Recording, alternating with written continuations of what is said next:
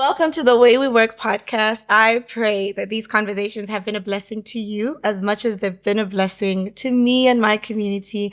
We're so excited because this series, I think, is so poignant for the time that we're in this sort of like just beginning of the year.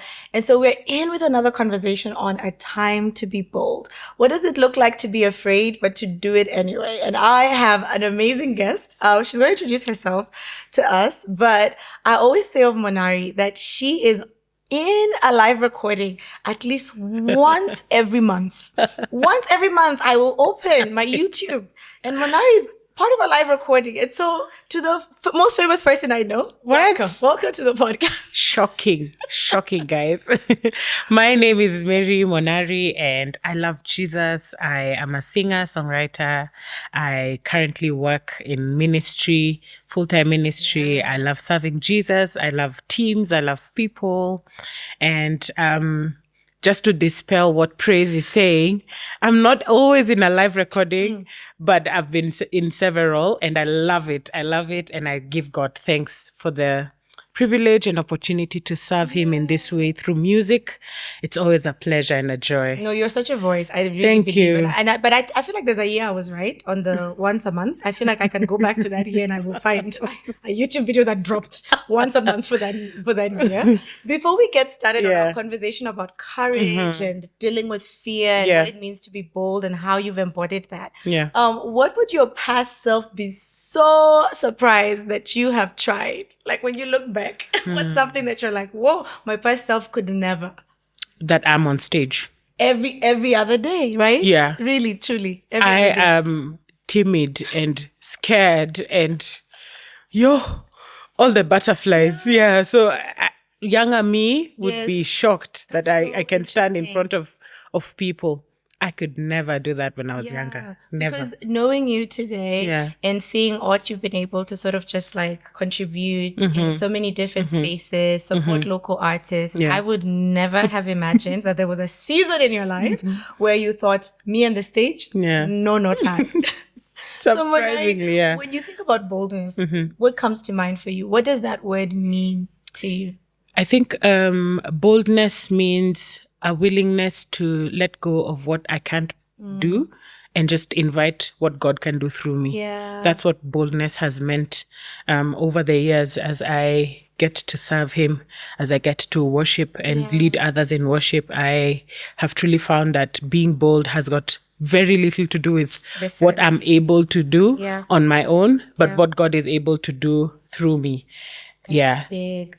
You know, when I think about any opportunity to show up fully as yourself, because I think even showing up as yourself is to be bold. Definitely. Because I think sometimes we are in rooms where we feel like we need to code switch, where we need to play up certain parts of ourselves. Some of us sort of show up into rooms and we're like, I'm going to be the quiet one here. I'm going to be the loud one here. So is there a time when you can look back and sort of like just in your journey and ministry and work where you can look back and say, dang, I didn't show up fully as myself. I wasn't as bold. And what sort of helped you step into that boldness? I remember when I started serving, and typical of many church communities, you'd go up to your pastor and say, hey, I'd love to join the worship team. And you'd go through a process to join, however different that looks like. But there's always like a process to join and start serving. And I remember when that happened, I couldn't believe that I have anything much to give. So I copied a lot. I copied a lot. And I remember like about 2 years in, when I was given my first song to lead, I copied my immediate leader. I copied everything, how she sang, how she led us through the song. I went and did, my homework was that. Because you're like tried and tested him. And it was such a moment to ask myself, like, did God really call me to do this? And I remember after that Sunday, really breaking down and seeing the failures, seeing I didn't get that right. I didn't sing that well. I made a mistake here and there, and opening up to a friend. And Julie was telling me, listen, God is not afraid of how we feel, but also God knew to use you. Yeah. So just allow him to work through you. That's good. You know, That's let him use how Monari is, who Monari is, Yeah. you know. And a good friend of mine also says, when we're in God's presence, he looks at us like his children. And what would children do in the presence of their loving parent or father? They would just be themselves. Yes. It's like a playground. They'll just be themselves. They're not worried. Dad, how do you think I look today? From a point of comparison or from a point of shame. Yes. They are just free to be. Yeah. They know they're affirmed. They know they're accepted. They know they're loved. Yeah. And walking through that has made me a bold person today. Not because of anything I could do on my own, but because of what God is able to do through me. You. Yeah. It's real because I think a lot of people in different spaces, not just in ministry, in spaces where sort of like you are the person on a stage, on a platform, dealing with that imposter syndrome. True. Men, women, children, everybody. There's always a room you're going to walk into and feel immediately out of place. You know, there's always going to be spaces that you show up into and all of a sudden it's like you're fighting yourself. Yeah. And sometimes no one has even said anything to you. You're just sort of picking up on different cues or maybe feeling like I don't fit in here. Yeah. So then I need to fit in. Yeah. And it's crazy because the thing that fights our boldness oftentimes is our own self, our own sense of comfort. True. And there's such a risk, I think, to betraying ourselves and being a different version of ourselves. Yeah. So I commend you for Thank going you. through the process. Thank you. And showing up as yourself throughout the journey. Yeah. What has it cost you though to be bold? What has it cost you? It's led me to self-examine a lot. It's led me to hold a mirror in front of myself a lot more. Because it's very easy to use confidence negatively. Yeah. To think, I've got it. I'm better than everyone else. I've figured it out. Yeah, me. I'm doing the right thing. Right track, I'm on the right track here. But just taking a moment to check in and say, hey, what's going on? Yeah. What's really motivating me now? Am I being led by selfish ambition? Am I being led by wanting to be seen more, wanting to be heard more? Because guess what? The accolades, the compliments, the good job, you're doing so well, I admire you so much. All those thoughts can get into your head. That's true. And they start to build up this and they can become the puffiness, reason you know, why. and the why starts to shift. It starts to become, oh, this makes me feel good. Yeah. You know, oh, this like people see us.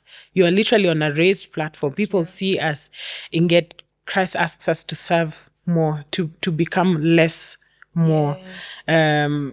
So just checking in is so necessary. Yeah. And not only doing that alone, but allowing voices that are sound cancel into my life to say, hey, what's going on? Monari, what's that? What was that about? Yeah. What's going on in your life? Can you be honest about 1, 2, 3? What's real? Yeah. Because I've often felt like if I have to be bold or honest or vulnerable about a part of myself, or even just sometimes I think there's positions you hold, titles you hold that sometimes could impede how bold you are. You sort of sometimes feel like you need to go with the status quo. And at times it's costed me my own sense of comfort. And it's costed me sometimes community of friendships, because to even boldly be somebody who advocates for, you know, an ethical way of doing things in a space sometimes that might not be ethical, there's going to be pushback. Sometimes to show up as yourself when everybody else is being a version of themselves could sort of make you stand out, and you might not be able to fit in. And there's an actual tension to like, what does it mean then to be bold when there's something that actually you could lose in the process? I agree. Sometimes the right thing isn't the most popular thing. Yeah. Sometimes the right thing isn't the most popular thing to do. Yeah. And you have to contend with that. Yes. Am I willing to stick to what's my values, stick to what God says, against what is popular, against what society wants, against what's trending, against what's, you know, the buzz around. Am I willing to step out in that way? Today, the social voice is loud in the room. Everywhere. You don't have to search for it. It just meets you like billboards, you know. And there's an expectation on many, especially who have a public face, to cast a statement or hold a position for something. And at times those decisions are not going to be the most popular. So who are you? Ooh. So this is a good segue, right? Yeah. Because you are somebody who has, I would say, notoriety, visibility, in a broad, I'm sure there's people who come up to you and they know you and you don't know where from. And so that sort of leads me into, when do you know what is wise when it comes to should I be bold versus what's unwise? You know, when do you know the difference? Whether it's, you know, to comment on something, to post something, to either give your opinion on something. What has been sort of like your modus operandi for like, okay, this is when I'm going to go in this direction versus this other direction? Yeah. There's a question that usually lives in my head, which is, do you know what's at risk? Do you know what's at risk here? When you're saying yes to that, when you're allowing that, when you're going there, when you're associating in that way, do you know what's at risk? Forget how you feel today.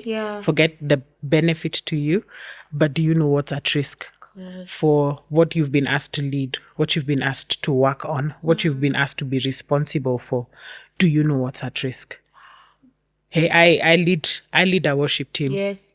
And we could decide to sing every trending song tomorrow. Truly, yeah. And completely forget that we are leading a room Yes. of people who are expressing their worship to God. That's good. Do I know that those souls are at risk when I'm making selfish decisions? So good. You know, when I'm making decisions that are not of what God has asked us to do in that specific season, do I know what is of? What is at culture risk? says if it's right in your own eyes, and sometimes everybody is commenting. You know, my truth. Posting. yes. We really are in that moment where it's like there's sort of no north point when it comes to what is truth. Everybody sort of wants to have an opinion, and if it's true to me, it's true to everybody. And it can get really sketchy, but that's such a good, like a rule of thumb to assess that. Very true. And sometimes boldness is silence. Say that again.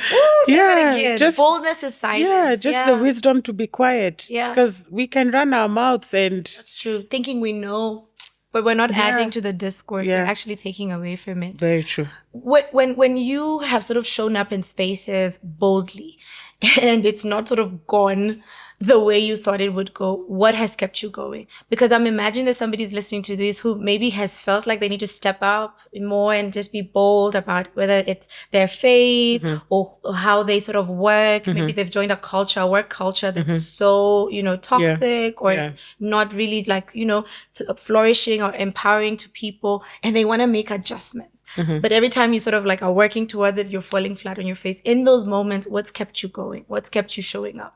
I think it's to know that God owns the time. Mine is just to be faithful with what He's given me in front of me.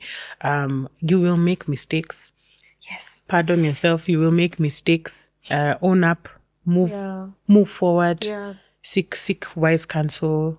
Everybody's on a journey. I've seen pictures online today where there's little messages or prints these are pictures of shot from like high up, aerial views of like a street full of busy people, and there's little prints on everybody's head. This one is working through a transition. This one is trying to figure out their first job. This one is just trying to figure out family. This one had a good day. This one had a terrible day. Hey, look around you. Everybody's just going through something. Everybody's walking through something. Give yourself the grace to see that. No, just work through it. Pole to just work slowly by slowly. Build up. You're learning. You don't know everything. You give yourself the grace to start and build small from that point. Give yourself grace when change is not immediate. Change is slow sometimes. Growth is slow sometimes. Your pace looks different from somebody else's. At times there are no shoes to fit in. It's just you to tie up your own and move forward. Keep going. That's good. Yeah. You know what I've loved about sort of your perspective on a time to be bold is the awareness that we can come into this conversation thinking it's things we're doing outwardly so that other people can see us and affirm and verify that we are bold. Yeah. But you really have brought another perspective, truly, that it's this sort of this inner work within us. You know, are we bold about how we look? Yeah. You know, just the body that God has created us in. Are we bold about our belief systems and our values to show up authentically and not betray ourselves? You know? And so as we close this out, Monari, I really want you to just to touch on what you would say are some steps that somebody would take, you know, today, tomorrow, to just be a bit more bolder. Because it really, sometimes I think sometimes there's personalities that are more bold than others, you know, extroverts. And then there's personalities where I feel like you sort of have to like, you know, gesture and, you know, just affirm and encourage. What's like a couple of steps that people can walk away from our conversation and say, okay, I can do that this week. I can do that tomorrow. And I can start becoming a bit bold. Definitely. First of all, I just want to say to someone who feels like, boldness is just for the extroverts. You have a quiet strength that's needed and necessary. You have a quiet strength that is so needful today, and volume doesn't necessitate boldness. True. This is so true. So just have a moment for yourself to know who you are and sit with God and sit with who he says you are and start from that point. And then now look into what has God placed in my hands to do, to become, and in the different aspects of my life, in my relationships, in my social life, in my work life, in the things I enjoy, in the things that I'm working towards. What has God placed in my hands, and work from that point? What has God given me to do that's my strength? And just work from that point and grow with people who champion your who you are and champion what you have. And just move from that point. That's so good. That's so good. The small steps, but it's always compounding over time. It's like the small changes we make that then compound over time. Thank you for spending some of this time talking about what it means to be bold. I really think we couldn't have found a better person. Thank you. I'm talk honored. About boldness. Thank you so much. I really think the world is consistently trying to shape us in so many different molds. And so to choose to step out and be bold, to choose and step out and be proud of, you know, all the values, all the things that God has placed within us. It's not easy. So just thank you for speaking such life and truth over us. Thank you so much, Praise. Thank you. I hope this conversation has been such a blessing to you. I know I'm walking away empowered, emboldened, because there's something about showing up in every room as everything that God has created us to be. But there's something about growing into boldness, because I think our boldness has the power to encourage other people to also step up and be bold as well. So thank you for sitting and chatting with Monari and myself today.